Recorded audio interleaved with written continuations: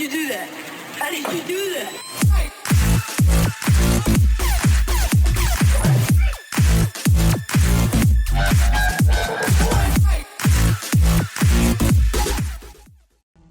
Welcome back everyone to another episode of All About Mechanics. Now today is going to be the Veteran Sanctum Ophidia trial. I'm going to show you all of the bosses, all the ad pools, teach you how to prioritize which targets where and when, how to focus as a group and coordinate in terms of formation and application to damage and survivability, and of course we're going to show you the hard mode as well. This is a very easy hard mode to achieve if you know what you're doing, but it's very easy to mess it up if you don't. So pay attention. Here we go. Now, as soon as you get into this trial, you are greeted with some ads at the bottom of the ramp. These are very, very easy to get through. Your tank should just hold on to them, turn them around, and everyone can burn them down with pretty much minimal damage. There's not much in it. However, there's a little bit buggy because although we're killing them, they're not actually visible. They are there, don't worry. There's a shaman in here, which you will see later on in the trial. It doesn't hold too much relevance at the moment, but just look beside him. He does have a totem. That is important because it controls the overcharges. That will make more sense later on. However, what you need to pay attention to now are things called conjurers. We're going to get lots and lots of ads in the first section of this trial, and what you need to do is make sure that you focus on the mechanics of these particular targets. They're very small, they don't have too much health, and they're quite easy to pull in because they can be CC'd and stack and burn them. But, as you can see, 1.7 million is not a lot of health. But the main thing to pay attention to is their interrupt mechanics. They will raise their hand, you will need to interrupt them, otherwise they will put a nasty flame line across the floor and it can one-shot a DPS. So be very, very careful with those. What you need to do is press the two buttons on the side and all the ads will start coming in. There will be multiple lamias, archers, all that good stuff, loads of AoEs on the ground, but loads of conjurers will come in as well. Your tanks need to chain these in as fast as possible and your group needs to focus them.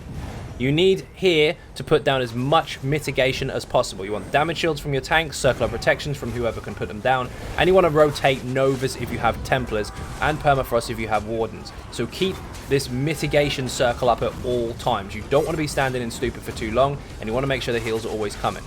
Always interrupt the conjurers if they end up raising their hand with red sparks coming out of them, although that can be hard to see. As you can see, the tanks are pulling everything into the center and we're just doing as much area of effect damage as possible. You do not need to have really, really high DPS to focus on this particular mechanic. What you need to do is have good survivability. So rotate those Novas as much as possible if you have them. Keep your damage shields and heals coming at all times. You'll notice that there's a lot of vigors going out because during this fight, every 10 to 20 seconds or so, I am actually calling the staminas to throw out the odd vigor to help the healers keep us up. Of course, all the ads need to be killed, especially the archers, because they put down some horrible arrow sprays and volleys. But again, primary focus is getting those caught conjurers down. You must kill those. They are your primary targets. It's very important in this trial to note which targets are your primary ones and to always follow suit as a group. Here, of course, as a stack, you can actually use your ultimates as much as you like, and I would highly recommend that you do. But above all, you must mitigate. So if you find that your group is very, very squishy here and you're not surviving at all, then that is when you need to re-evaluate the composition of your group and alter some sets, some skills, all that kind of stuff. Maybe you need some more bone shields, maybe you need some more heals. Maybe you can use stuff like Lunar Bastion to keep up damage shields from synergies and all these manner of different things that you can interact with to help your group's performance. Otherwise, this can actually end in a wipe. So be very careful at all times. Keep your heals coming. Now, the first boss is very simple, but can be a complete mess. As you can see over here, we are splitting up the group. Our tank is going to hold the boss in the middle, and everybody else is going to make a very clean, without staggering forwards or backwards, semicircle around the back of the boss. No one must go within the 180-degree line in front of the boss's field of view, because otherwise you'll get hit by a heavy attack and die. The semicircle must be very, very clean. You must give everyone space. But we've got two ranged DPS at the back alongside a ranged healer, and they are stacking together. Now, this is very important. If popcorn comes up, and you will see this, if it's under your feet and you're in the semicircle, you must move backwards fast. If you are one of the ranged and you get popcorn, just move aside and get away from your group. 3 popcorns will blow up, and if you get caught by 2, you are dead. So do not get caught by them.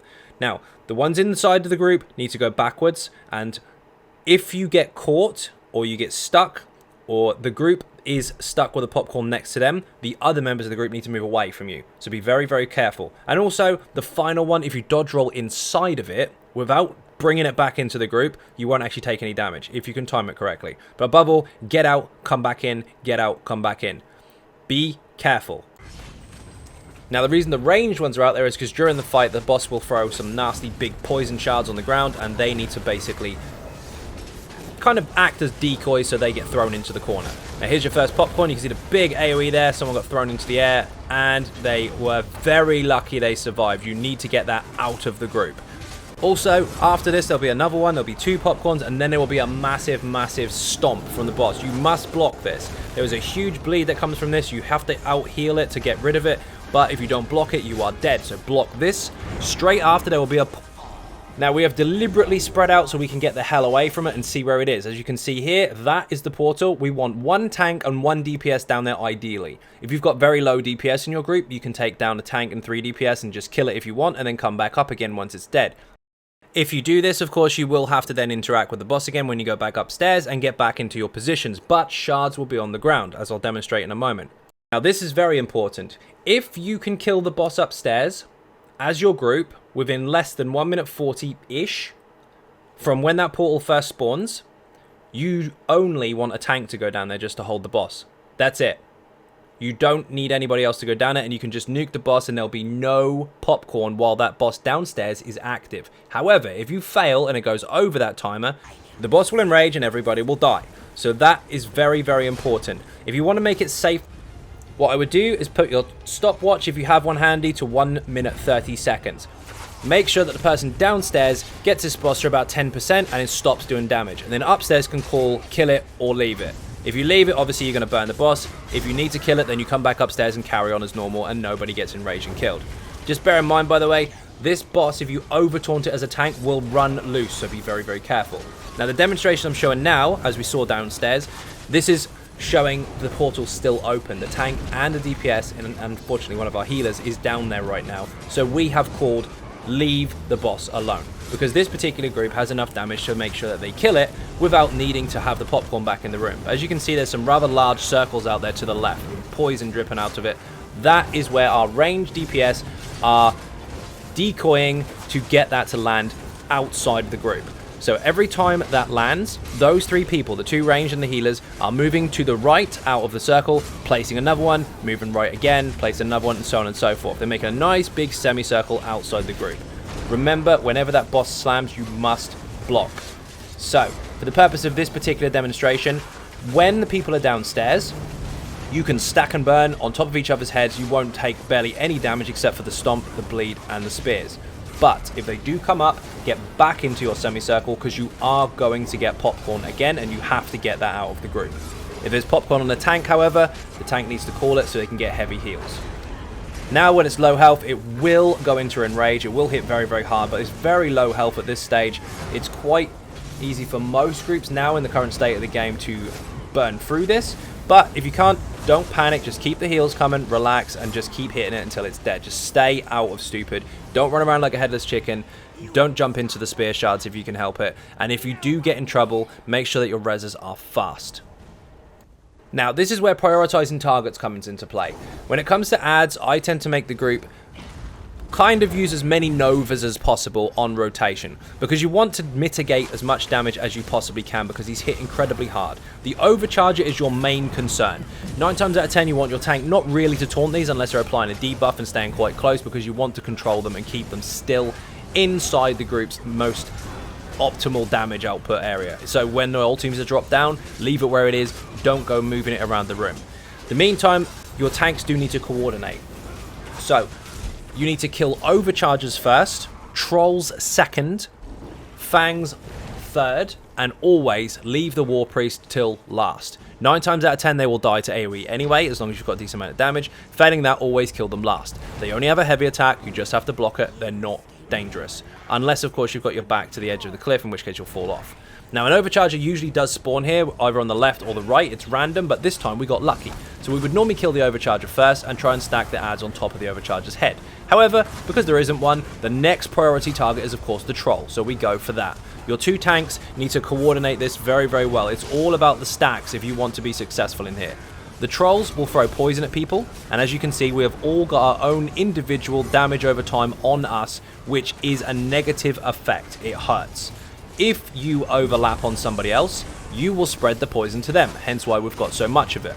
But if you spread out and get rid of it after the fight or during the fight, then it's gone and you don't have to worry about it anymore unless you get hit by a troll again. On this bridge, be very careful not to fall off, but you want the DPS to focus the overcharges at all times. There are always one either side of the bridge, and then there's the trolls and the war priests to deal with. Overcharges always first. As you saw there, the tanks ran off and grabbed the other stuff and didn't taunt the overcharger, because if they do, he's going to start running around. It's very difficult to apply your damage, so always focus these targets. Go heavy on the heals, have big damage shields in your group, throw out Vigors as stamina to help out your healers if you have to, and of course make sure if you've got Templars or Wardens, put in plenty of Novas and Permafrosts. Now you saw that troll throw a brick then, or a massive rock. That is random as to which target he'll throw it at, just like the poison is. If it's aimed on you and you're 100% certain it is, make sure you can do a safe dodge roll, because it's the only way to avoid it. You can block the damage output that it does by blocking, but it will still knock you down and you can't break free from it. Now, the reason we prioritize the overcharges is because they put a massive negative AoE on a random target. It does huge lightning damage and it will hit everyone nearby. If it's on you, don't move, because it will move with you. This is when the healers need to focus heavy heals on that section of the group, and everyone should just relax and keep doing what they're doing. If you're stamina, throw out some vigors. If you're magicka, put on some damage shields to help yourself, or throw out a heal if you have one present. Also, again, do not forget the prioritization of targets. You must kill the overchargers first. If there's a troll like there is right now, and we're focusing him, but then the overchargers come into the fight, get off him and get onto the overchargers. Here, our next targets are obviously this war priest and troll, but there's overcharge in the room, so we go straight for them. They have to die. Do not dance with the lightning. Do not dance with the poison. Let your group help keep you alive. That's why we are set in this particular run, to have as much mitigation as we possibly can. Now, the boss that is coming up after this has a very awkward hitbox, so you may want to highlight him, but there's a cheesy method to this that we're not going to do. We're going to do this the proper way. The cheesy method is, of course, to run to the other side of the bridge and the overchargers don't come with him. That'll make more sense in a second. But we're going to run up to him and stack as close as possible, because he does a wicked jump, and if you don't block it, you're dead. So get as close as you can. Long range targets will be jumped at. As you saw, he did a jump then, but our teammate did actually block it. So we all come in and stay close but behind him. There is a Fang and a War Priest in this fight, which the second tank will be actually manipulating, but that will be fine because we can either focus them if you've got low damage or kill them with Area of Effect. Your main focus, although those are in the room, should of course be on the boss, depending on how well you're doing damage-wise. But you need to pay attention to these mechanics. When he slams the ground like that, you must block because it can go behind him as well. When he slams the ground like that, you must block because otherwise you're going to take loads of damage. And when he jumps, you have to block. He will throw poison, he will hit the tank. Keep him turned away from the group as much as possible and focus. Now, here are the checkpoints. 75% health. As you saw, we got an overcharger in the room.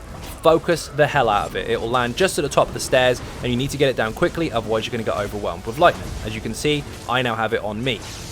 Now, while you're doing your damage, try and pace your ultimate so you can always have an ultimate at the end, or at least 50%, because at 50%, 2 overcharges will come into the room. As I spin my camera, you'll see on the steps there's 2 overcharges now, which is very dangerous, especially since we have to block all the time when this troll starts smashing the ground. So we're doing a lot of block casting here. Focus those 2 overcharges, get off the boss. Keep your blocks up, stay close, keep your vigors up, keep your heals up, keep your novas and permafrost up if you have them.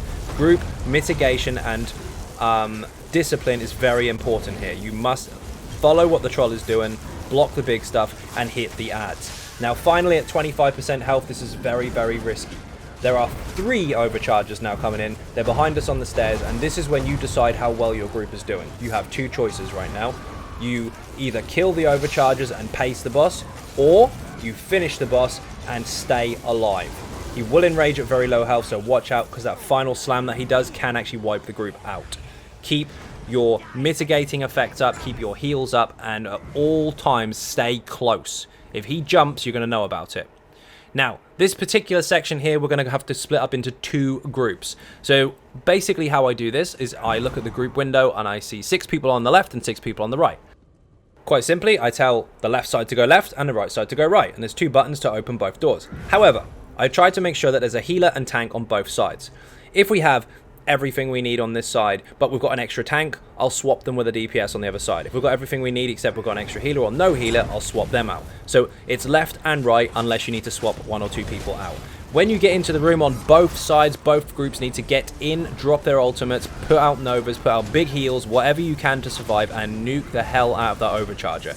If you've got low damage, don't worry, just make sure you've got high survivability. If you've got high damage, again, you will still need that survivability, so do not die here. It is a cluster if you don't pass this section, because if you die, especially one group or the other, all of those ads are going to meet the other side and they're going to end up with both lots of ads. It's really, really stressful. So just relax, keep your mitigation up, keep your heals up, and focus these in order of priority. Overcharger first, Troll second, War Priest last. Now, you've seen the poison AoEs already, but there are some in the main room that are static. They sit in the room on the floor. Do not touch them. They are very, very powerful. 2 or 3 ticks will kill you. Also note that these 2 sides, each side actually has a switch. You want 1 DPS either side to press the switches at the same time, and when they do so, this door down here will open up. While you're on the run to this door, by the way, try to spread out a little bit to get rid of your poison so you don't have it for too long, because it can get very, very aggressive. As you can see, the majority of the group have got rid of theirs. We'll take a fresh one from these 2 trolls, but that's fine because it's a new dot and it's not an existing one that's been on for too long. Now, we kill both of these trolls in the doorway. The main tank is holding them very, very still, but the off tank has gone into the room to pull the troll and the fang and any other ads that come with it, to put them on the doorway as well. If you've got lots and lots of AoE, lots and lots of mitigation, especially Novas and Destra ultis and all that good stuff, you can stack these very successfully. If not, take your time, don't aggro the room if you don't need to, kill the trolls first, then go in and manage them.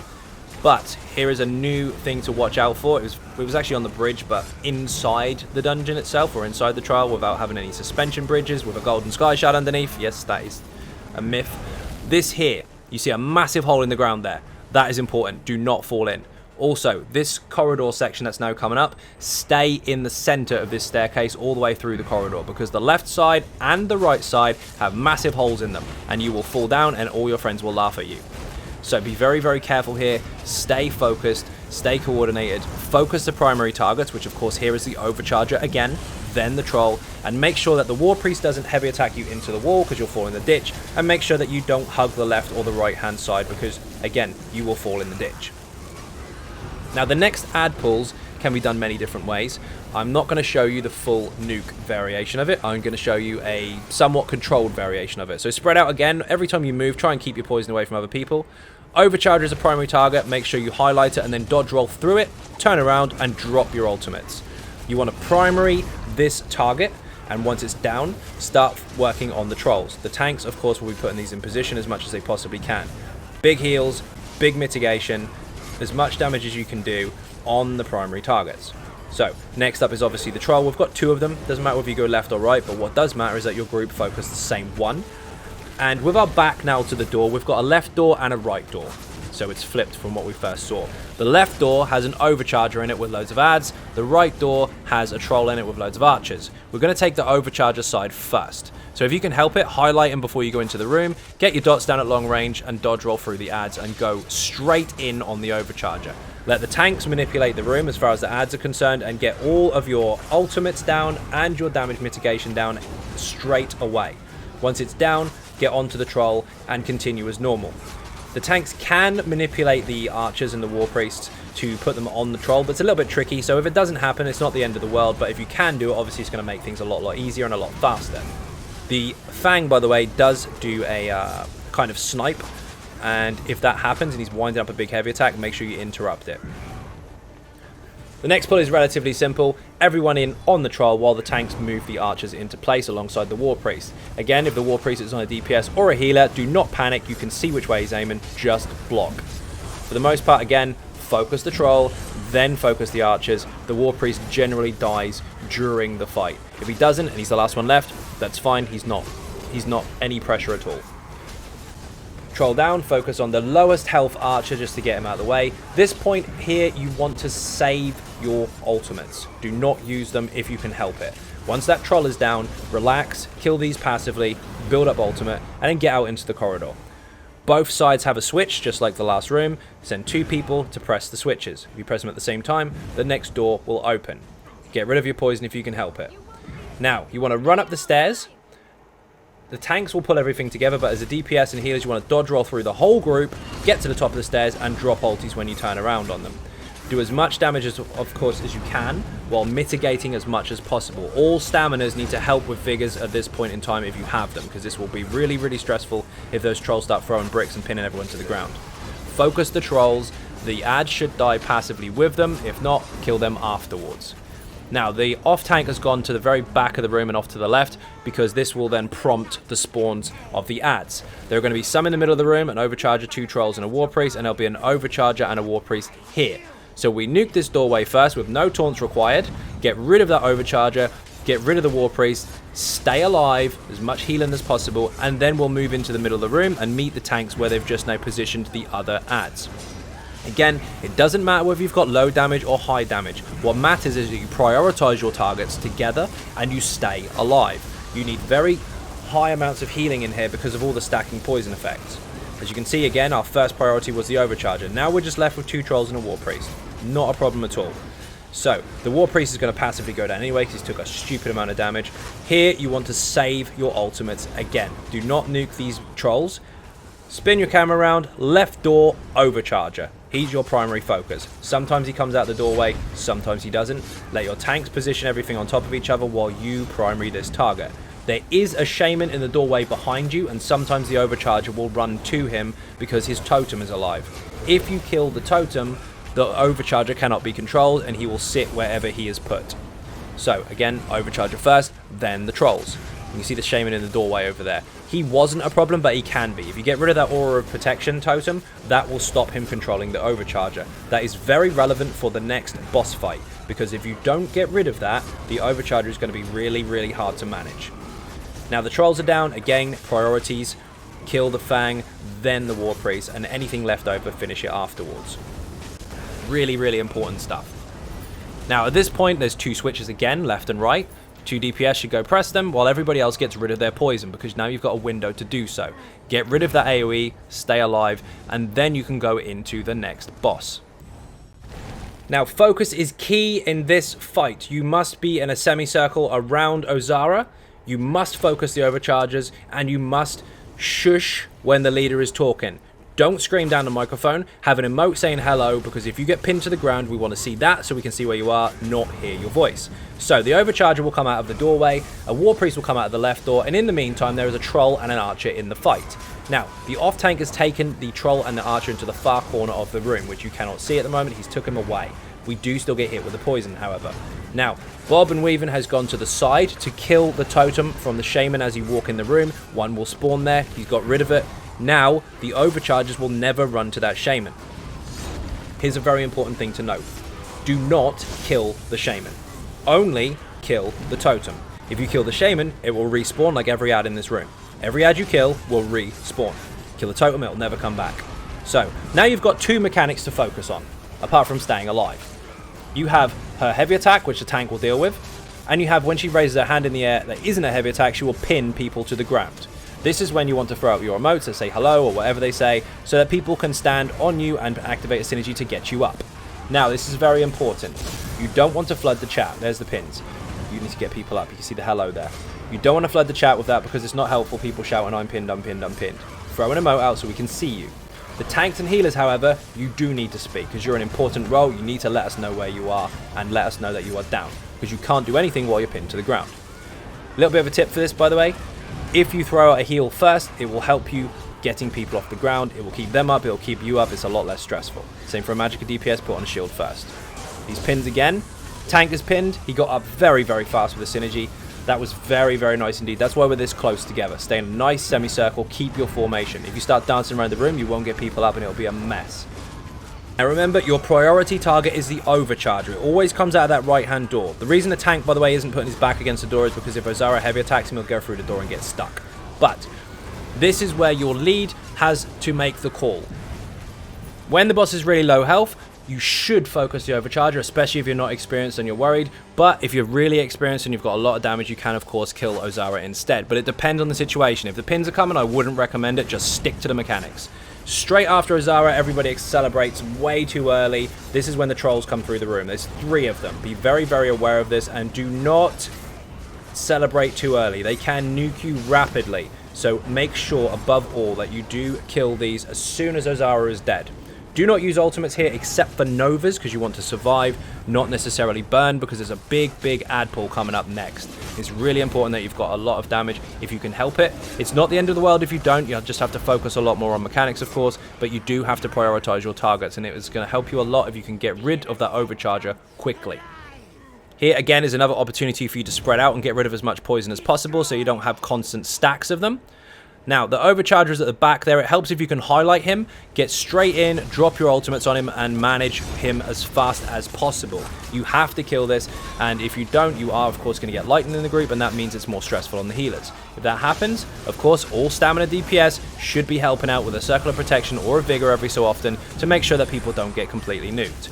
Once he's down, then move into the trolls. Remember, they're your next priority target. As you can see here, the tanks have positioned them rather nicely on the stairs, so if you do have any ultimates left, then of course use them, but if not, just do what you can as far as damage is concerned, and above all, keep those mitigation bonuses coming and keep your heals up. This trial, it's very tricky in some situations, but the most problems people have is staying alive. It's not so much killing the stuff, it's a matter of managing with the damage over time that you're getting over a very short period.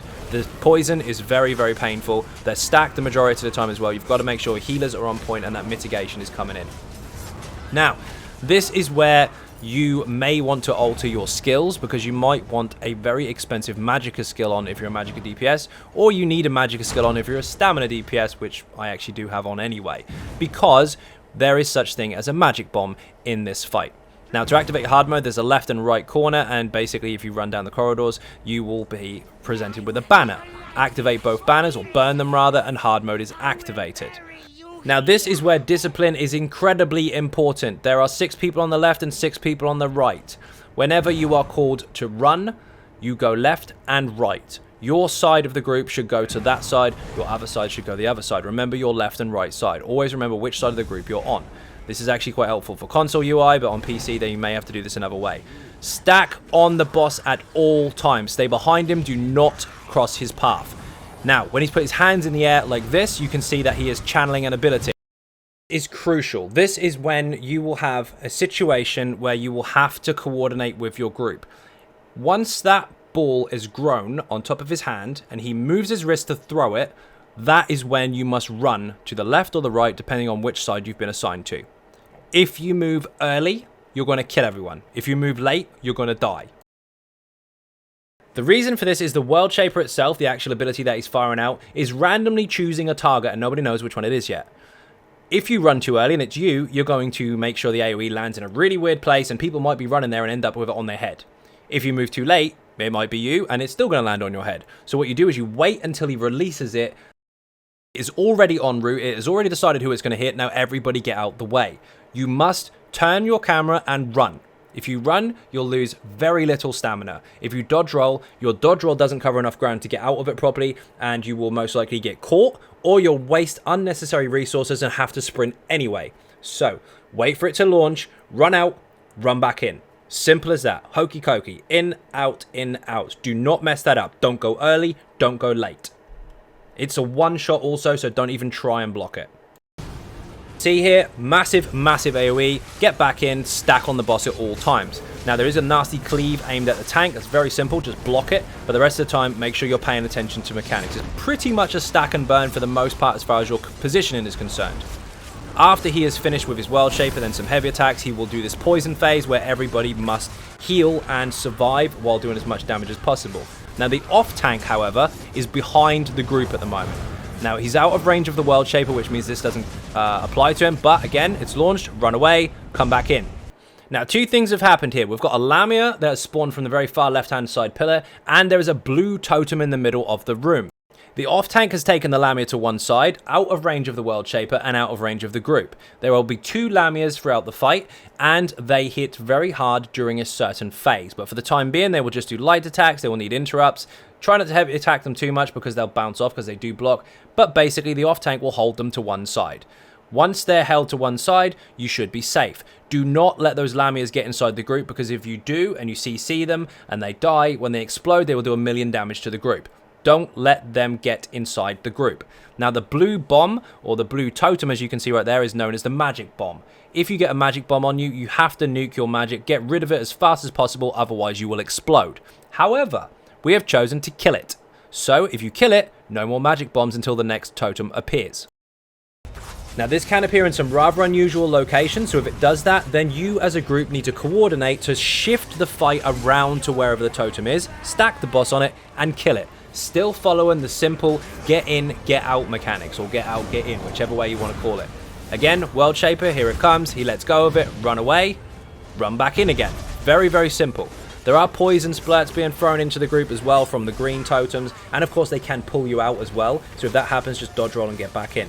But for the most part, stack, burn, kill the boss, get out, get in, stack and heal on the poison.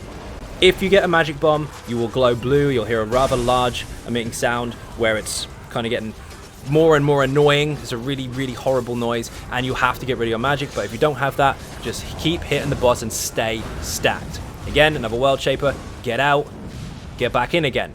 Now, the Mantikoras will spawn from either left or right pools. The off tank is close enough for him to come in and start sniffing, and as soon as he does, that's when our main tank can peek round the corner of the boss, do not spin him, and taunt the Mantikora into the room. Now, you must still follow mechanics, you must kill this, and if he stomps, you've got to block. Get out, get back in again. As you can see, no one's dying because no one is running too early and no one's running too late, so pay very close attention.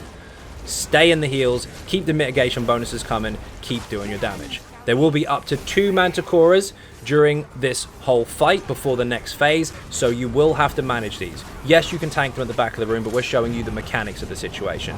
And again, whenever he's green, stay as close as possible, because he's deciding who to hit, run out, run back in again. You can kill that green totem, it is probably going to die to AoE anyway, or you can focus it if you want to take some of the pressure off. In the meantime, again, keep hitting the boss. Now remember your left and right sides. This is crucial, because after 2 Mantikoras have been, sometimes 1, there will be a phase where he'll throw loads of pink shards across the room. Remember this, get out, get back in again.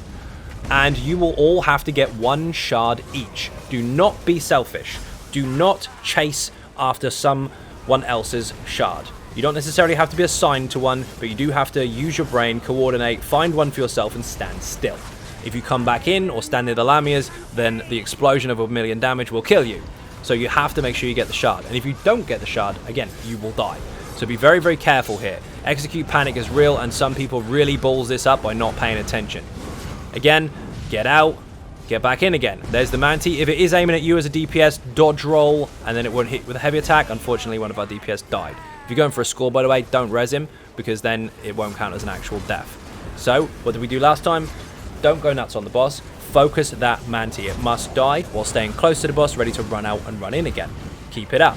Run out, run back in. Keep your damage going. Kill the Mantikora, and if it stomps, by no excuse whatsoever, you must block that. If you don't see that AoE, you are blind. You must block it. Don't bar swap, just block it. Now, this is the burn phase where you basically just got to keep fighting the boss until it's dead. There's no more enrage mechanics, but this bubble phase, you have to get 1 each. Unfortunately, 2 of our DPS over there stood next to the Lamia and exploded, and 1 other did not get the bubble. That's the result of that if you're not careful. However, the boss is very low health, pretty much 0 now. There is a poison phase now before the end, even if it's at 0, so you must make sure you've still got a healer alive. If you're going for a score, you don't necessarily have to res everybody, but you do have to make sure that you've got someone who can heal. We had enough, so we carried on anyway. Key points, of course, do not panic. Always get out of that World Shaper on time, not early, not late. Make sure you block the Mantikora, and don't stand near Lamias.